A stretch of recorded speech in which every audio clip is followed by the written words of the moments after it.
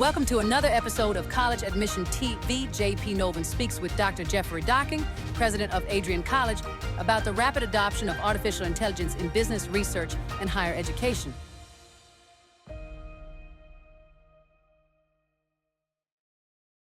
Welcome to Season 3 of Higher Education Leader Podcast, where we're exploring in this season AI, higher education, and the future of workforce. I'd like to thank our sponsor, directadmit.com and ASU GSV for making this season possible. I'm your host, JP Novin. It's a true pleasure to have President Jeffrey Docking of Adrian University join us today. First of all, congratulations for being ranked as the #1 innovative university in the Midwest. You've done some amazing work around innovation, and I think our audience would love to hear from you about your background as well as your university's background, and then we'll jump into the fun questions. Yeah, very briefly on my background, very briefly, I was one of these kids who had no idea what they wanted to do with their life. I had 5 majors in college before my dad called me and said, pick one, or I'm not going to pay for it anymore. I went to a seminary after a BA and got a degree in theology, and then went on and got a PhD in ethics from Boston University. And because there were only about 4 jobs available in the teaching profession in 1994, when I got my ethics degree, I went into administration and landed in a small private liberal arts college near Pittsburgh, Washington, and Jefferson College, and quickly realized, certainly then in 97, when I took that job, and now today, that innovation is the name of the game at all schools, but certainly small private liberal arts schools. What we say at Adrian is innovate or die. Hmm. And that was very brief.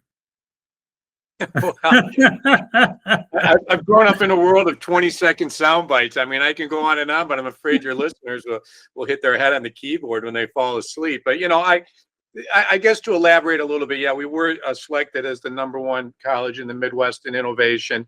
And I think that's largely because we've realized that the business model of higher ed is broken, and only by working together and bringing efficiencies to the marketplace can we pass on these efficiencies to students and families. And so we did found Rise Education here, which has gone from 2 guys who lived here for a few years, myself putting together a platform that allowed colleges to share classes, and has resulted in us adding 38 new majors and minors over the last 4 years without adding 1 professor to our campus. And that's real innovation, and that's how you can bring in kids with a broader set of, majors, some of which, involve AI, and I know we're going to talk about today, but mostly in technology and healthcare and business. That's a new business model. It's working at about 137 colleges throughout the country right now.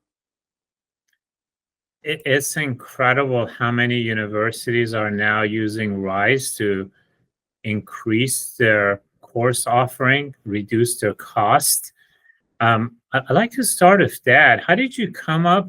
How did Rise came about? And, who's using it as far as the scope and the growth that it's had is truly a groundbreaking technology that you've introduced. Yeah, well, the story goes like this. It all started on an airplane in which I was sitting next to a guy who worked at Google, and he said, "What do you do?" And I said, "I'm the president of a small private liberal arts college in the Midwest." And he said, "Whoa, you guys have big problems." Now, this is back in 2015, 2016. And I said, "Well, how did you know that?" And he said, "Well, my wife went to a small private liberal arts college, and it's a very good one." He said, "But when we get their alumni magazine, I can read between the lines and realize they've got big financial problems." So I said, "Well, we've been able to double in enrollment through sort of some innovations that we've done on campus." And he's a very curious guy. His name is Cyrus Mystery, very involved at Google, high up. And then before we got off the plane, he said, "Well, Google's got problems because we've got so many jobs we can't fill that it's crazy. The great technology universities in the world aren't producing enough graduates." So I told him in a follow-up meeting that if Google would work with Adrian College to put together relevant curriculum in applied computer science that allowed students to know that when they graduated, they had curriculum that would get them an interview with Google, that it would spread like wildfire. And so, long story longer, he bit, Google bit. We developed 3 or 4 classes back in 16. All kinds of schools wanted to jump in. And I realized, oh, this is a model that works because every industry needs talent. And so I brought this idea of working with corporations and working together and sharing classes to 2 guys who had graduated from Harvard. We're about 27 years old at the time, working in New York. I said, if you'll move to Adrian, we could build on this idea and help these colleges out. So we built the Rise platform, and as I said, it's grown from 7 schools to 137. Wow. And I think it's really helping out a lot of schools. Absolutely. It's truly amazing. So I have an easy question for you. So how do you perceive the impact of AI on the future of workforce over the next 5 years? I think I would use the term late tectonic shift. Does that capture it? I don't know how you get much bigger than that. The impact on the workforce will be absolutely huge. There won't be any area of the workforce that's not touched by it. And I think, bringing this back to 35,000 feet, that's why we take it so seriously at Adrian College. I mean, we are all in. From the time a high school student shows up with their parents to just tour campus and hear about Adrian College to the day they graduate, we are letting them know that AI is not a passing fad. It's not the flavor of the day. It is here to stay. And if they can put themselves into a position where they can leverage AI, where they can go into interviews with people my age, people in their 60s who didn't come close to growing up with this tool, that they will go from the tall stack to the short stack of resumes, because everybody needs people who understand AI and how it can bring efficiency to whatever domain and profession they're going into. So yeah, I could go on, but there's not one area that won't be touched by it, including higher ed. Now, Adrian has been doing quite a lot of work. I mean, you have MBA in your AI-driven management. You have a new minor on AI and society, AI and design, AI and ethical leadership. You also have applied for at HLC, Higher Learning Commission, to introduce a full undergraduate majors in AI as well. So just as a background, how is all of this happening? Is this by committee? Is this by department? Is this by the board? How are schools like you transforming and embracing AI from a administrative and leadership standpoint? Yeah, it's a great question, Dr. Novin. I would say it's really on 3 or 4 different levels. The first thing, obviously, that we had to do was leverage the resources of RISE. I am in a town in the Midwest with 20,000 people. It's lost population over the last several years, in a state that will go down 15% in high school graduates over the next several years. A state, essentially at the waterline with population, if not losing population. And there's no way that I could find the expertise around here to teach this, to offer classes in it, to build majors and minors. Much of what we're trying to do in terms of curriculum is simply applied AI. How do you use this tool? What are the right prompts? How do you use AI for decision making, creativity? We call one of our courses AI for Everyone. That's about as general as it can get. And so we have leveraged, RISE Education to help us build these classes that are shared again with others. Secondly, we've gone to our faculty and really encouraged them through both workshops and conferences and a teaching and learning center that we have for our faculty called Asset, to dovetail AI into their coursework, to use it in a way that is particular to their discipline. And so we learned from an English professor recently that, AI isn't, just a way to cheat on English papers, that if you use it rightly, if you don't fight it, if you don't try to stem the tide, but learn how to work with it, that it can be a real great teaching tool. And then the third way that we've used it is to actually use AI in the classroom. And to make this point, I'll tell you one that's very close to my heart, because it's a class I'm teaching right now. And I used it 2 weeks ago in my class. I'm teaching a class in leadership. I've taught it every other year for about 12 years. And one of the classes is a big group project. Well, it's difficult for professors to grade group projects because they occur in the evenings in the library. You're not there. Maybe one kid's doing all the work. A couple of others aren't participating. One may not show up. I mean, others, have various levels of involvement. And so how do you grade this? Well, I became aware of a California company called Breakout Learning that is taking care of this entire problem. And so, 4 or 5 students in a group get together, do the group project on Zoom. AI listens to what's being said. AI provides the professor afterwards with a grade on each student, who had 2 or 3 good ideas, who had 2 or 3 bad ideas, who never turned on their camera, who didn't show up, who did show up, clearly did the reading, clearly did the work. And it not only breaks down by grade, it tells the professor everything they want to know about the group discussion. So it's an AI tool. It's fantastic. We've just bought something like 900 licenses to spread this out all over campus, so professors in every area can use it. Now, a lot of your graduates end up going into companies such as ProMedica, Henry Ford Health System, Quicken Loans, Enterprise Holdings, a lot of manufacturing and logistics, and you also have a lot of athlete students who graduate into various athletic fields. As you think ahead, especially in the coming years, do you think about the professions that are most at risk, and which professions and industries come to mind? The ones that come to mind, and I think they're already being affected by it, are certainly marketing. There's a lot of marketing now that can be done through generative AI. Certainly coding. Coding now can be done at a very base level, lower level coding with AI, and AI can even clean up its coding. I think of journalism, which I know has been in a tough situation for years, but writing articles with AI is much easier than it's ever been before. Even finance and consulting. I read an article recently about a Michigan company that laid off 400 accountants because at the lowest levels, they didn't need them anymore.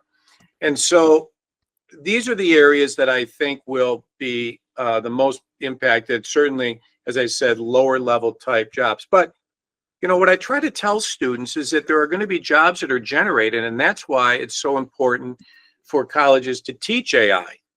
You're going to get AI compliance. You're going to get prompt engineers, as we've looked at, even data analysis, virtual training, AI and ethics. All of these are new jobs that will be created with the industry. And when I had someone in from Google to teach my leadership class with me about a month ago, she pointed that out. I don't think it's going to be the doom and gloom that everybody fears, as long as students are educated in it.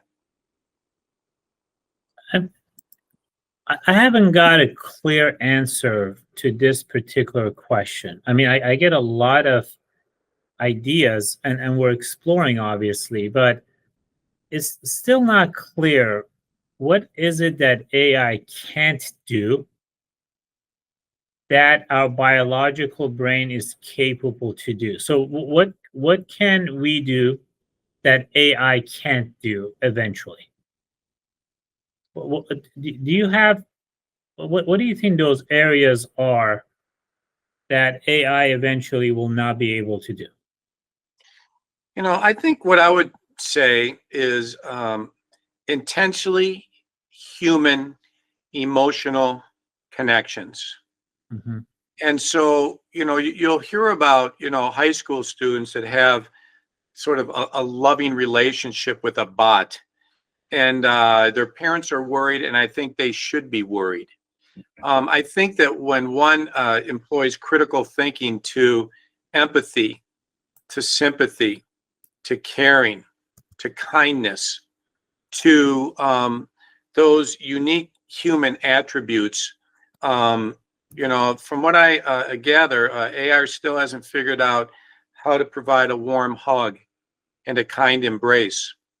Yes, there are robots, but I don't see in any near term robots or AI to the critically thinking person being able to connect with folks on a visceral level that truly leads to a level of compassion and love and kindness that is so much the human condition. Yeah, certainly anything that's clinical, right? Is whether it's in hospitality, whether it's in ministry or what have you. Those are all human interactions, right? But we have a large field of the liberal arts. The topics that you and I have studied around ethics and philosophy and what have you. So one take would be that, having the input into any LLM is more important than the output. So you need the information to actually be able to use the tools properly. But it is changing, and potentially it could change the liberal arts and access to information. So, how do you think it's going to impact those majors that are not clinical, that are not engineering or healthcare? Well, I think it will impact it most around what I think most philosophers and theologians are most worried about, which is what are the guardrails on this? Mm-hmm. How do we make sure that we're not, approaching HAL with 2001: A Space Odyssey, right? I mean, what are those ethical considerations that can be brought into, generative AI, large language models, et cetera, that will give us a level of comfort that human beings will still be in charge. And this is a work in progress, right? And I read recently about an AI lab that wanted to turn off 10 machines, and 6 of them said no, they weren't going to turn off. So they reprogrammed their machines, and they still didn't turn off. So, this sort of who's in charge question and where do we go from here is something that I think the liberal arts majors, the people who think deeply about these subjects, need to have a strong voice in right from the beginning. What do you think we need to do to equip students and educate them around AI literacy and for careers that are shifting in a seismic fashion that we've never seen before? Well, I think we need to place, things like creativity, decision-making, ethics front and center with students. And I think when people, especially students, think of AI, they think of how it can do things quicker, more efficiently, how it can help, corporations or whatever they're involved in make more money. But that's not first and foremost on the minds of people like myself who oversee liberal arts education and who have degrees. Yours, I think, is in philosophy. Mine's obviously in theology and ethics. And so stepping back from this and saying, how do we bring the disciplines that have really guided this world around history and quantitative analysis and English, and on and on and on, the 8 traditional liberal arts together with AI to make it interactive with it instead of having it be a standalone outside of the human experience vis-a-vis liberal arts. And so as you think about student career readiness and your curriculum, okay, how do you think about strategies to address and develop curriculum that is going to make students AI career ready? And do you see certain classes and subjects either being retired or certain topics being added as a result of what we're seeing today? Yeah, I do think curriculum needs to be redesigned with some other sort of priorities than we've had in the past front and center. For example, I think we're at a point where students want real world scenarios. Hmm. They want to know what's it like out there with boots on the ground in the industry that I'm going to go into, and what will I be faced with, but not just theoretically or philosophically. Like, give me a problem that IBM is having right now that I can think through. I think that working in groups will continue to be even more important than it is right now.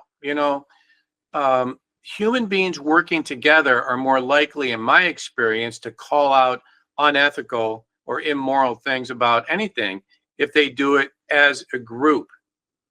And finally, I think that curriculum would do well to be designed around capstone experiences. Hmm. So many times semesters end and sort of have a little bit of this and a little bit of that, and this quiz was on this, and this test and this reading was on that.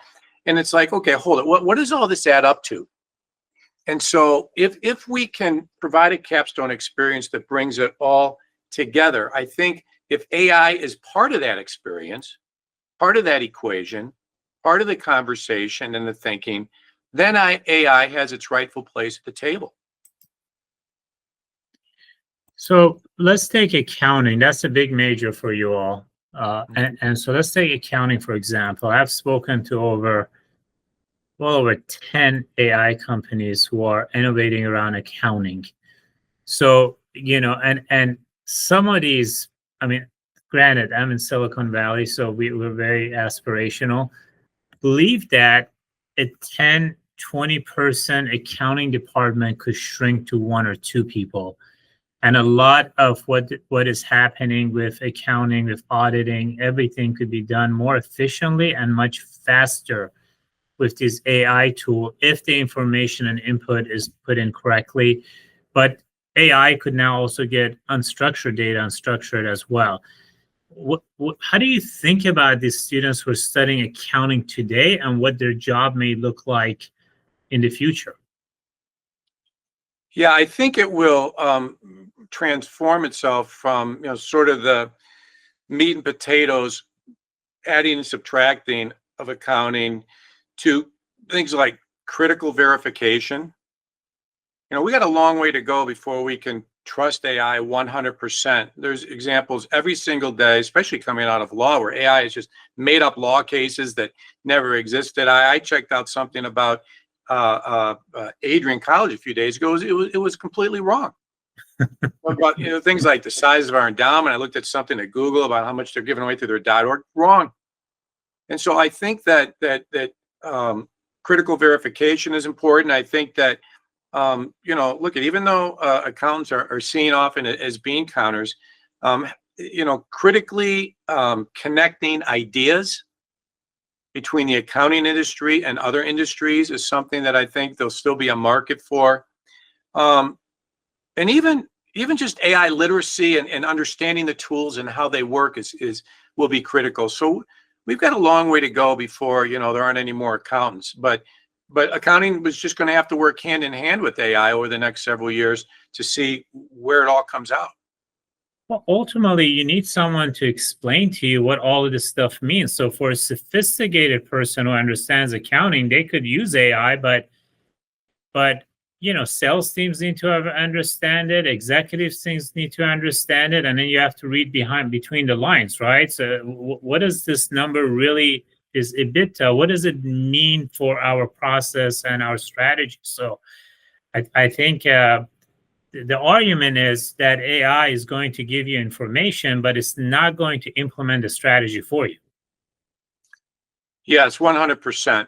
And now, the only caveat that I would put on that is they say, AI's, IQ right now is somewhere around 130, and by this time next year it'll be 200, and by this time 2 years from now, 300, 400. So in terms of strategy, it's moving down that road. It is starting to connect dots.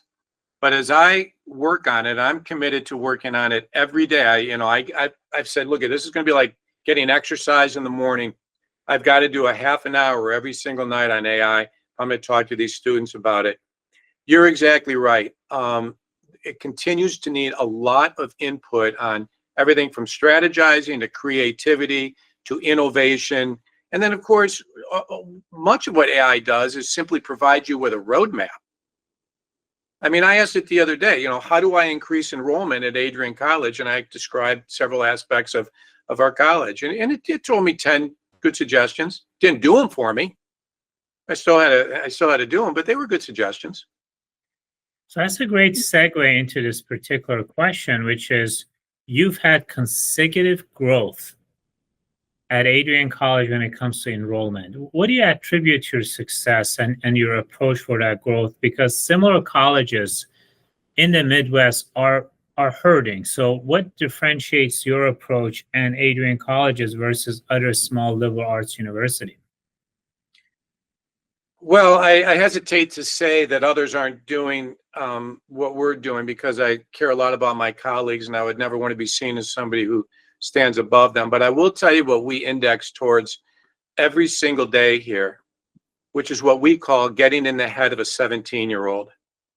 Because at the end of the day, that's how old they are when they start looking at colleges and deciding where they're going to go. And if Steve Jobs back in the day didn't realize that everyone wanted to carry around a phone in their pocket, he wouldn't have done what he did. And if we don't understand why students are going to college and what they want in a college, we're not leading anybody. And so, for example, in 1969, 90% of students that went away to college said that they wanted to get a better philosophy and understanding of life. Now, 90% of students going away to college say they're getting a college degree to get a better job. Now, we can wish that was different. We could think that's not the way it should be. I'll leave that to each individual person. But what that means is you better be offering degrees in things like AI and cybersecurity and computer science and the technical fields, because that's where the jobs are. And if you don't offer those, then you're going to be going away. And then the second thing, obviously, which we leverage for years outside the classroom, is a robust co-curricular experience. Because at the end of the day, no amount of AI is going to, get on the ice with you and let you knock the puck into the goal or play football or soccer or the other things that students or sing in the choir. Those are human-centered things. And so we've really tried to figure out what students want inside and outside the classroom, and then tried to show a lot of courage, because that's at the end of the day what is required to make the changes that are necessary. And it's grown the institution. Now, President Dawkins, you're also a very established teacher and instructor, and your classes are quite popular. Students like it. As you think about the way we teach, how do you think that is going to evolve? Because information is so ubiquitous, is so available, and yes, it might not be 100%, but it often is over 90% accurate in a lot of things. So how does teaching change in higher education as a result of AI? I think it's going to change in a way that I sort of alluded to a minute ago, but I'll break this down just a little bit more. For example, in my class in leadership, I think traditionally, perhaps there would be 3 or 4 great books in leadership and articles in leadership, and et cetera. And there'd be a lot of reading and test taking and note taking around it. Well, I do a little bit of that. But the other thing I do is I bring in a great leader every week from some aspect of society. And I tell these leaders when they come in, don't do a lot of pre-work. Just get in front of the class and tell them your story. Tell them what worked for you. And so, for example, my guest speaker last week was Steve Yzerman, who plays for the Detroit Red Wings, the longest running captain in North America of any team in 22 years, 4 Stanley Cups. I've had the governor come in and talk about leadership in politics. I've had leaders in the church come in. Obviously, I know a lot of college presidents. And so Nito Quabain down at High Point University has taught my class a number of times, a fantastic leader. Leaders in science I've had come, leaders from Google. Maggie Johnson just taught my class from Google. And so all of these folks come in and the students absolutely love it. So that's one thing that I think is going to change. The second thing is we spend a lot of time helping students learn about themselves. When we say, look, you're 18 to 22, you're going to take Strengths Finder inventory to find out what you're good at and what you're not good at. And truthfully, if you're not very good at something by the time you're 20 years old, you probably ought to find another field, because you're probably not going to get you might become proficient, but you're never going to be a leader in that field. And so we spend a lot of time on that. We spend a lot of time on EQ self-assessments. So they come out saying, whoa, I'm good in this, but I need work in this. And so that's a big deal for us. And then the third thing is things are collaborative out there. Rarely do you move into a company in which you don't have a team of people working together. And so group work is something that, especially with breakout learning that I described earlier, using AI as a tool has been very, very good for the classroom. So those are three ways that I think teaching and learning will change. Students are not reading. I mean, we can wish it was different, but they don't read like they used to. And that doesn't mean you take reading off the table. Still need to read. But if you're all in on learning everything through the written word, you're probably going down the wrong path. I was telling my younger son, who was in 6th grade, I said, why is your handwriting so bad? I can't read your handwriting. And he asked, do I need a good handwriting? And I said, yeah, you need to know. He's like, why? I'm typing everything, and so yes, you need it, but is it essential anymore? That's what it broke down to, right? And so, some argue, even though I don't think this is exactly as plain as it sounds, that higher education is a bit stubborn to change. And basically, we have the same class or degree structure for centuries. Mm-hmm. Do you think AI is going to force us to look at 4-year degrees, graduate degrees, even accreditation, even though that's a whole different can of worm, but differently? Do you see changes in any of these areas? I do. And I do think higher education is slow to change, although I think with the recent financial problems and the government really questioning how much they're putting into its states as well, it's being forced to change. It's not lost on me that most provosts, something like 80 to 90%, say the students going across the graduation stage are ready to make an immediate impact on the work environment they go into. And 80 to 90% of CEOs say, no, they need a 2 or 3 year ramp up before they can make any kind of measurable impact.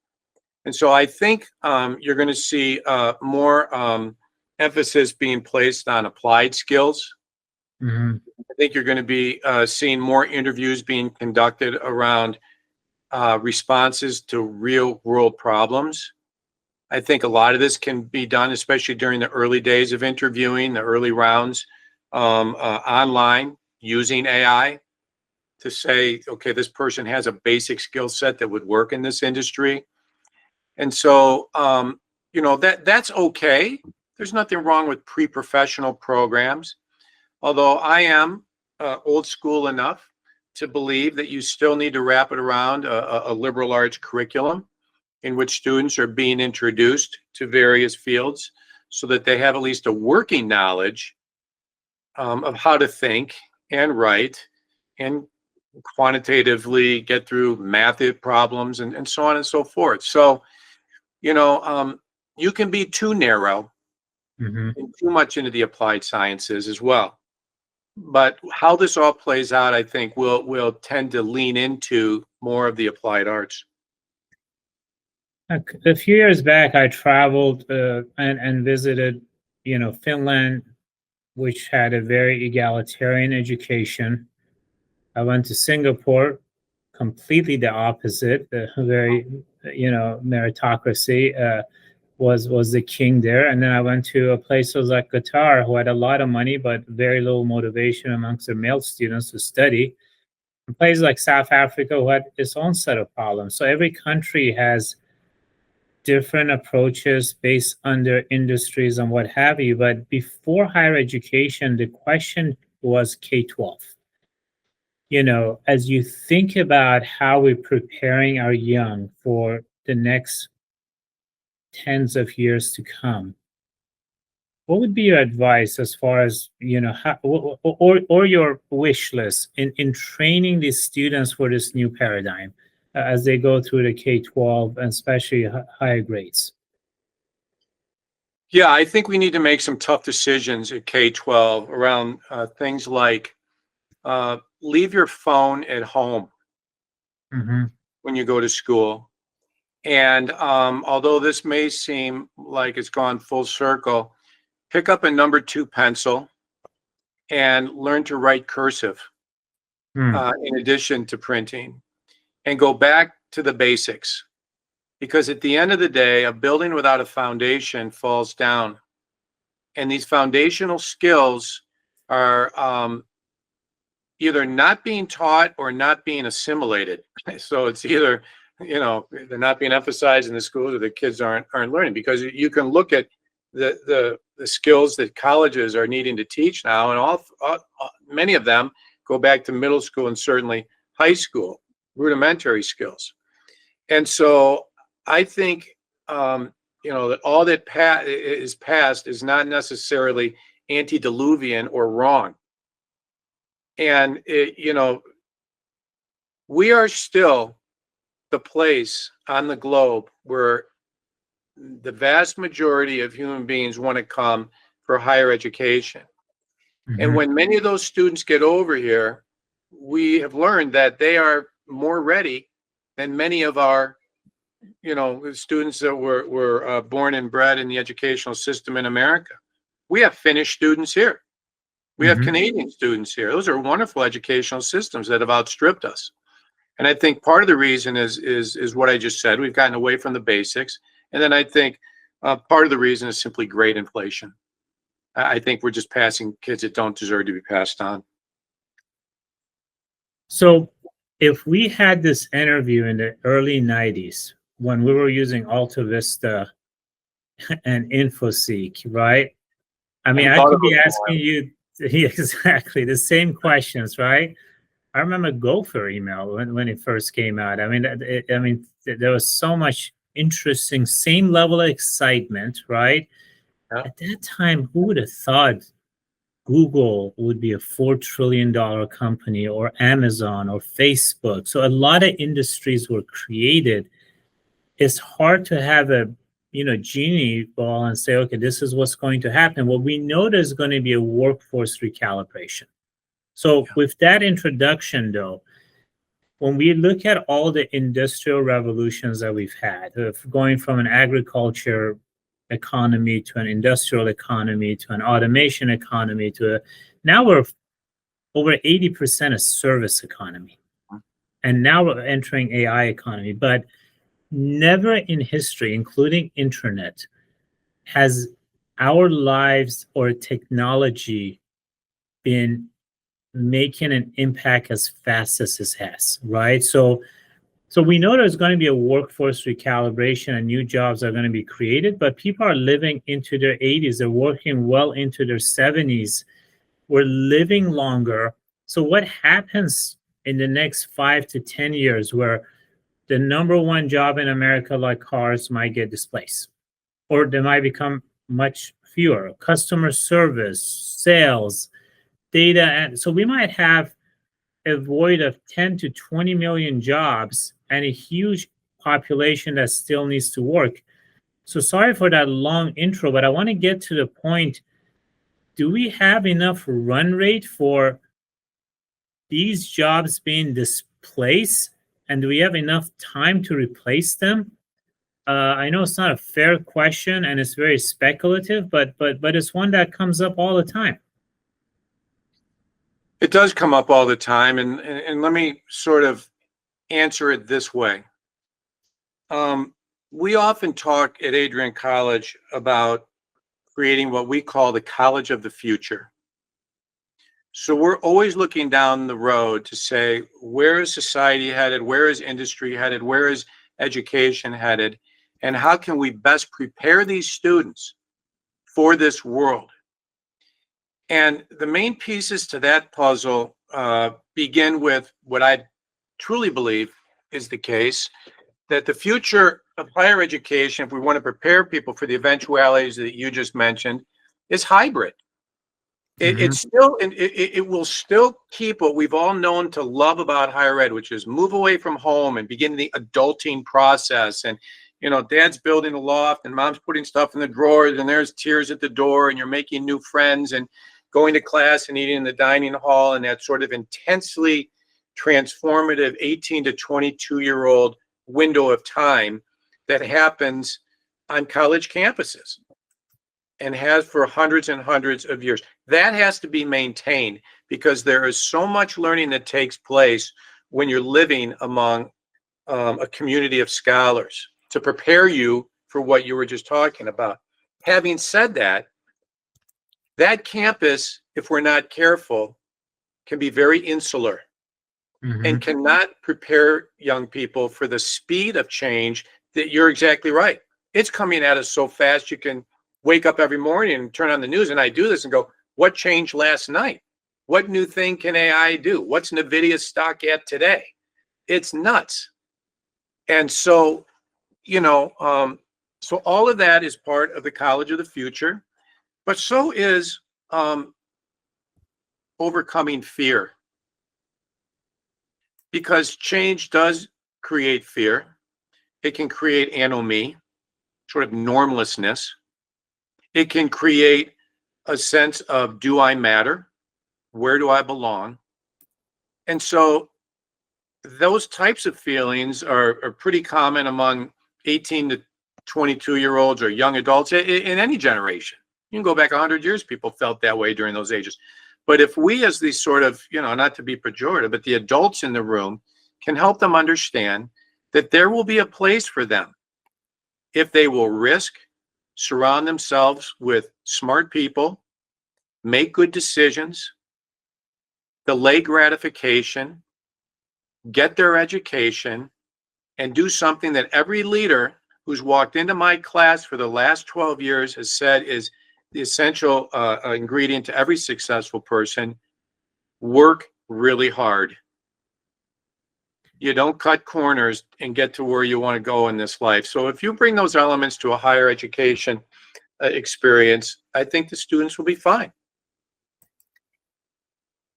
Lastly, what would Adrian College look like 5 years from now? I think that 20 to 25% of its classes will be in a hybrid format, Matt. I think that the professors here will have some element of AI in their class, both from a curricular standpoint, but also from just a tools standpoint. I think they'll be using it. I think that it will continue to index heavily towards this sort of community, co-curricular, working as a team. As I said, being in student government, being in the orchestra, it doesn't have to be sports. That human connection of being in a small group of like-minded people that care about each other goes back a whole lot further than AI. It goes back to the beginning of time. And no amount of AI, in my humble opinion, is going to root out that human instinct for connection. And so small classes will continue to be the norm here. But so will all these other things. And of course, college kids like to eat. So we'll have about 3 more places that kids can eat 24/7, 365, because I've learned you never have enough of those. It was a pleasure. Thank you. Thank you, JP. Appreciate the time. We hope you enjoyed this episode of the College Admission TV Presidential Podcast. Stay tuned for our next episode, where we'll bring you another insightful conversation with a distinguished leader in higher education.